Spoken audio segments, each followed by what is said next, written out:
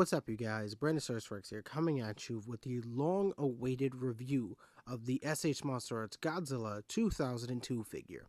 Godzilla comes with, sadly, no accessories, but let's talk about this figure right here. Alright, so starting at the head, Godzilla's head sculpt looks absolutely amazing. Honestly, it looks very screen accurate. The only thing that I have to say, minor gripe, not really the biggest thing in the world, is the eyes of Godzilla. The colors are not perfect. The eyes do not pop like the way they should, or the way they do in the movie. Moving down slightly to his neck, I have to say that this is one of my favorite designs for his neck, besides the 2016 version, that has the red lines in it. Moving down to his arms, I've heard some people complain that his arms are a little bit too long, but me personally, I think they look great. He has a great musculature, like his shoulders look great, his forearm is looking strong, his biceps and triceps are looking great. Now moving over to the chest, you can see that continuation of that third column and that neck piece traveling straight down his chest, and I think that that is a cool addition. His chest, with his 3-segmented chest, looking very cool. I love all the scaly features that you see on there. I absolutely love it. Moving down slightly to his crotch and upper thigh, both parts looking very amazing, sculpted to high hell, and I love it. I absolutely love the design. I love this suit. I love the movie. Everything about it, just freaking dope. So moving down to the feet, this is going to be one of the things that people are either going to love it or hate it, because the nail paint that's on it is not consistent. With my left foot, it is very dark. Very, very dark, and it's hard to make out the lighter shades unless you start moving the foot side to side.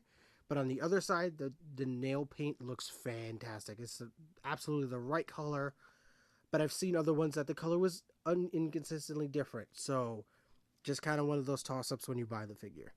So now, spinning the figure around, we are looking at the back now, looking at the dorsal plates, and I have to say that these are some very beautifully sculpted dorsal plates. Very screen accurate. I can't say anything bad about them.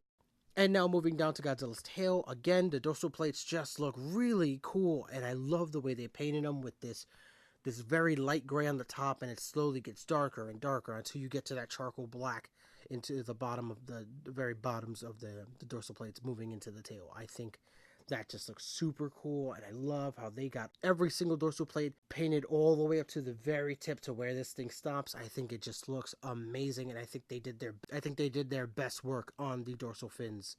So now that we have all the painting and sculpting details out of the way, let's talk about height on this guy. This Godzilla is supposed to be 50 meters tall, so let's see how he stacks up with some other Godzilla figures in the line.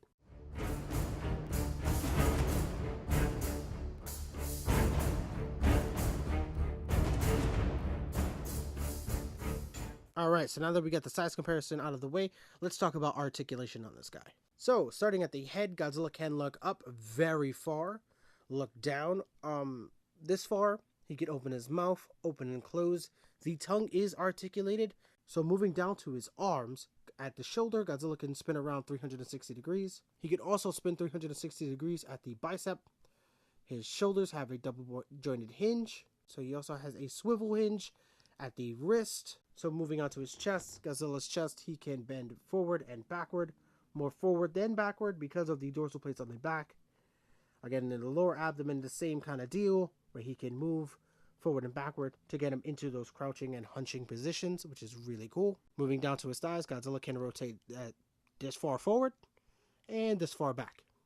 Godzilla also has a double jointed knee, which does not move a lot, but it's still very handy. Also at the knee, you can also pivot Godzilla's knee left and right to get him in those wide stance poses. And now turning around, the highlight to the figure, as pretty much with all MonsterArts figures, is the tail. It is beautifully sculpted, and it is also beautifully articulated. Every single segment you see here is articulated up to this last point right here, but you could get this thing in pretty much any pose that you see fit. So to wrap up this review, I have to say that I completely fell in love with this Godzilla figure. Not thinking that we were ever going to get a Godzilla 2002 figure because of the fact that they repainted the Godzilla 2000.